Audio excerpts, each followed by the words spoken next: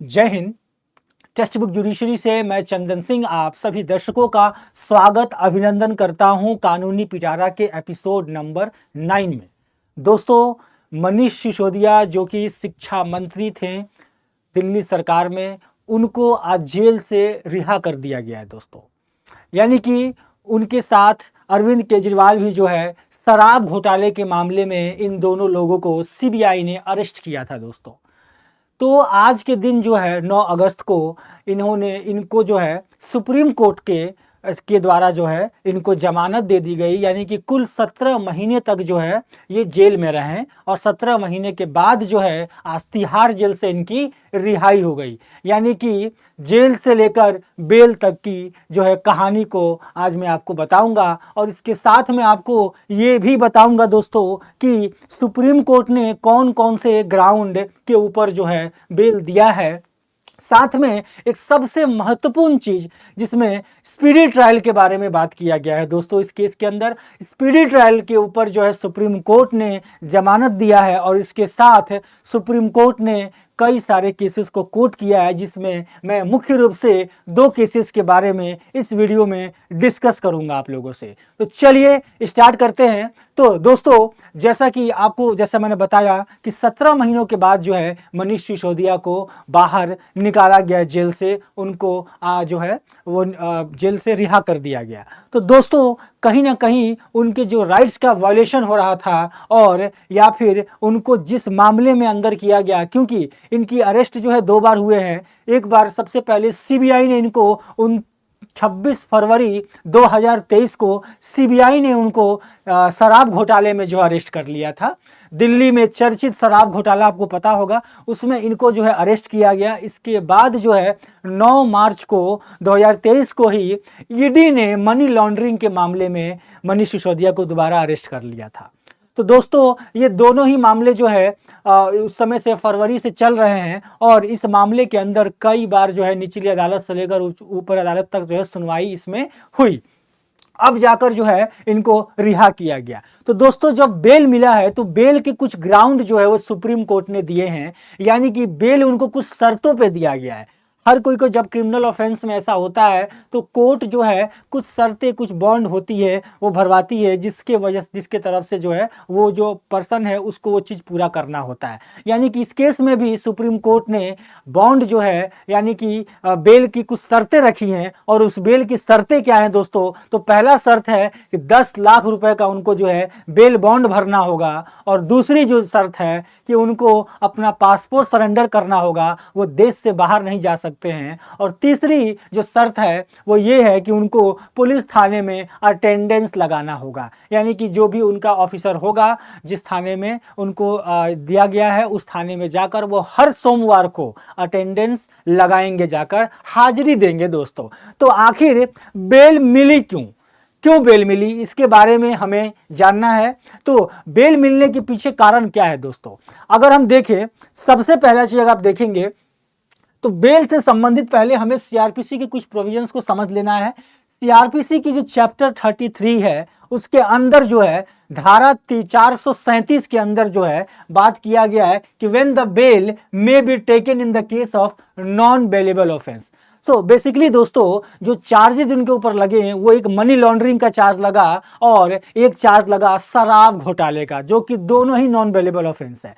तो non bailable offence में उनको 437 के अंदर जो है वो बेल जो है वो दिया गया है। और दूसरी चीज जो मैं बॉन्ड की बात कर रहा था वो धारा 441 है, जिसके अंदर बॉन्ड की बात की गई है दोस्तों। तो बेसिकली इसके बारे में इसकी डिटेल आपको, ये चीजें आपने सीआरपीसी में पढ़ी होगी, तो बेसिकली इन्हीं धाराओं के अंदर जो है ये किया गया। तो बेसिकली जो आज का जो मेरा टॉपिक है, मुद्दा ये है दोस्तों कि स्पीडी ट्रायल का जो कोर्ट ने जो हवाला दिया है कि स्पीडी ट्रायल एक बहुत बड़ा जो है वो कारण रहा मनीष सिसोदिया के बाहर आने का, जेल से बाहर आने का। तो हमें ये समझना है कि राइट टू स्पीडी ट्रायल होता क्या है दोस्तों। स्पीडी यानी कि आप समझ, स्पीडी मतलब तेज, यानी कि ट्रायल जो है यानी तेजी से ट्रायल होने का अधिकार भी हर व्यक्ति का है। यानी कि जिस व्यक्ति को क्रिमिनल मामले में ऑफेंस में पकड़ा गया है, उस व्यक्ति का एक रीजनेबल समय में जो है उस व्यक्ति का केस जो है वो चलना चाहिए, यानी कि इन्वेस्टिगेशन होना चाहिए और इसके साथ कोर्ट की हियरिंग्स होनी चाहिए, एक समय के साथ होनी चाहिए। आपने कई बार सुना होगा कि लोग जो है वो जिनका अभी फाइनल जजमेंट तक नहीं आया है कोर्ट का, और वो 9-9 10-10 साल तक को जेल के अंदर रह गए और बिता दिए। इसके बाद 10 साल के बाद एक जजमेंट आ रहा है और पता चल रहा है कि वो निर्दोष है। तो इस तरह की जो चीज़ें हमारे जुडिशरी में या हमारे इस क्षेत्र में जो चल रही हैं, वो चीज़ें जो है वो उसके ऊपर के लिए ही ये राइट टू स्पीडी ट्रायल को रखा गया है। सुप्रीम कोर्ट ने राइट टू स्पीडी ट्रायल जो है वो उसके ऊपर जो है ये ग्राउंड रखा और बताया, क्योंकि स्पीडी ट्रायल का जो बात है दोस्तों, वो बात करता है आर्टिकल 21 जो है, यानी आर्टिकल 21 जो हमारे संविधान का है, वो बात करता है स्पीडी ट्रायल्स को लेकर, यानी कि राइट टू स्पीडी ट्रायल्स हमारे फंडामेंटल राइट है दोस्तों। यानी कि इसके अंदर जस्टिस भोयन थे, जस्टिस भोयन ने क्या किया, इन्होंने ऑथराइज किया है right to speedy trial under article 21 of the constitution. Exams में आपके आ सकते हैं, याद रखिएगा। इसके साथ दोस्तों अब आती है 2 केसेस की बारी, जिसमें देखिए सबसे पहला चीज दोस्तों, Maneka Gandhi versus union of India case तो आपने सुना ही होगा। मेनका गांधी का जो केस है वो बेसिकली जो है फंडामेंटल राइट्स के ऊपर ही था। तो मेनका गांधी के केस के अंदर, यानी कि इसका भी हवाला दिया है किसने, जो सुप्रीम कोर्ट ने, अपेक्स कोर्ट ने जो है इसका भी हवाला दिया है और बताया है कि article 21 of the constitution of India, जो कि कोई भी पर्सन जो है उसको इस चीज के अंदर अधिकार है। और इसके साथ एक और सबसे इंपॉर्टेंट केस है दोस्तों, वो इंपॉर्टेंट केस है खातून versus home secretary state of Bihar Patna. ये जो केस है दोस्तों हुसैनरा का केस है, या हुसैनरा खातून versus home secretary state of Bihar Patna. ये जो केस है दोस्तों बहुत इंपॉर्टेंट केस है। इसमें बताया गया है कि जो स्पीडी ट्रायल है वो बहुत ही नेसेसरी इंग्रेडिएंट है, रीजनेबल और फेयर मामले के साथ जो है कोई भी ट्रायल होना चाहिए दोस्तों। तो इन दोनों ही मामलों में, दोनों ही केस में जो है स्पीडी ट्रायल्स की बात की गई है। और साथ में स्पीडी ट्रायल को ये बताया गया है कि स्पीडी ट्रायल के अंदर बेसिकली होता क्या है कि कोई भी जब मामला जब कोर्ट के सामने जाता है तो उस मामले की गंभीरता को देखते हुए, यानी उस मामले की जो प्रोसेस चल रही है वो प्रोसेस एक रीजनेबल समय में चलनी चाहिए। ऐसा नहीं कि आज डेट पड़ा तो इसके बाद 1 साल के बाद कोई डेट पड़ रहा है, या फिर कोई चीज़ की जांच नहीं हो रही है, उसका जजमेंट आने में बहुत देर लगाया जाता है बिना किसी रीजनेबल कारण के।